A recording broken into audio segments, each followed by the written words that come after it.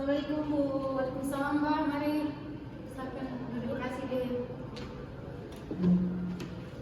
Dengan Mbak Astrid ya? Ya, dulu. Udah nyaman duduk? Ya. Kesibukan Mbaknya apa? Oh, cuma kuliah aja, Bu. Iya. Udah semester berapa? Semester 5. Mbaknya kesini nih apa? Naik Grab tadi dulu. Baik. Sebelumnya Mbak Astrid kenal Ibu dari siapa? Dari kakak tingkat, Bu. Oh, dari kita. Tujuan Mbak Astrid kesini mau Konseling sama Ibu. konseling. Sebelumnya Mbak Astrid sudah pernah konseling? Belum. Oh, berarti ini pertama kali? Ya.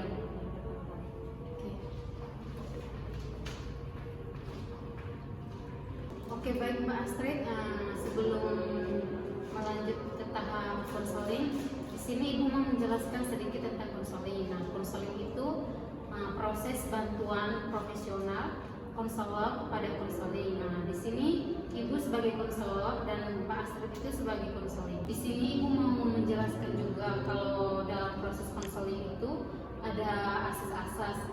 Nah, pertama itu ada asas kerahasiaan, di mana Mbak Astrid itu benar-benar mau menceritakan ke Ibu tanpa ada takut, supaya proses konselingnya bisa berjalan dengan lancar. Nah, kedua itu ada asas kesukarelaan. Di sini Mbak Astrid itu datang ke sini tanpa ada unsur paksaan. Yang berikut ada asas keterbukaan. Di sini Mbak Astrid itu kalau mau cerita tentang masalah benar-benar terbuka, supaya proses konseling itu bisa berjalan. Bagaimana udah bisa mengerti? Di sini kita proses konselingnya kita sepakati waktunya kurang lebih 30 sampai 40 menit ya. Dengan adanya waktu sekarang, mungkin Mbak Astrid mau cerita masalah yang sedang Mbak Astrid hadapi. Jadi saya tuh merasa sedih, Bu, karena saya tuh kayak nggak bisa percaya diri ketika tampil di depan banyak orang itu. Oh, berarti Mbak Astrid itu insecure. Iya. Kurang percaya diri yang kayak gimana? Contohnya itu ketika saya melakukan presentasi di kelas, Bu.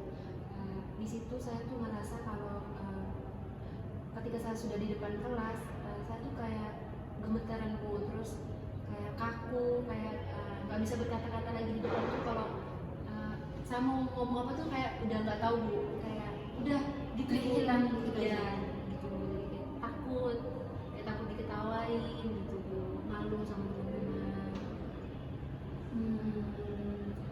Terus takutnya kayak gimana? Takut kayak diketawain, terus takut salah gitu. Memangnya kalau Mbak Astrid mau tampil ke depan atau presentasi itu Mbak Astrid tahu kalau ada teman-teman yang ingin ketawa atau ejek Mbak Astrid? Enggak sih, Bu. Terus cuma kayak nggak tahu, cuma takut aja, Bu. Padahal nggak tahu kalau mereka akan ketawa, tapi cuma rasa takut itu udah ada.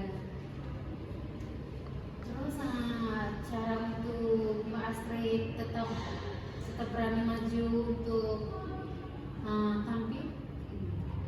Kayaknya saya akan berusaha untuk sebelum melakukan presentasi, saya akan belajar dulu materi yang akan saya lakukan presentasi besoknya. Terus mungkin saya akan melihat penampilan saya supaya berpenampilan lebih baik lah, supaya nggak diketawain atau apa gitu. Terus saya akan buang pikiran negatif saya kalau teman-teman saya tidak mungkin mengetawain saya ketika saya tampil di depan. Bagus itu Mbak. Jadi Mbak Astrid itu sebelum melakukan presentasi atau maju ke depan, Mbak Astrid itu harus menanamkan rasa percaya diri, harus yakin kalau satu bisa begitu. Nah, bagus kalau Mbak Astrid itu sudah tahu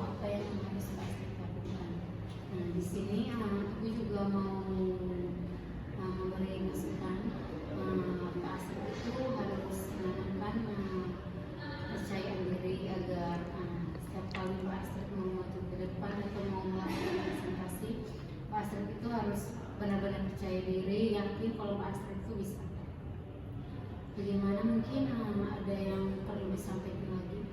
Udah cukup, saya sudah merasa lega ketika bercerita sama ibu tadi. Oke, baik.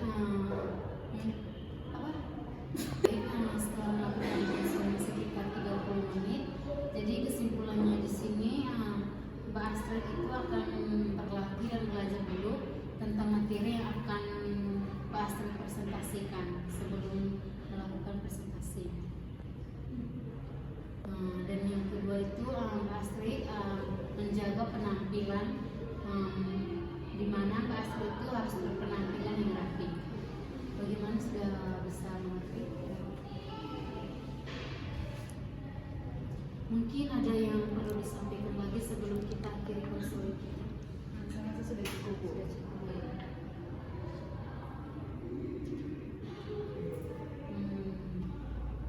Terima kasih sudah datang konseling kepada Ibu. Semoga setelah konseling ini Mbak Astrid tetap percaya diri, jangan ragu-ragu lagi. Terima kasih banyak ya, Bu. Oke, kita tutup saja konselingnya hari ini ya. Terima kasih banyak ya, Bu, atas Sama-sama. waktunya, Bu.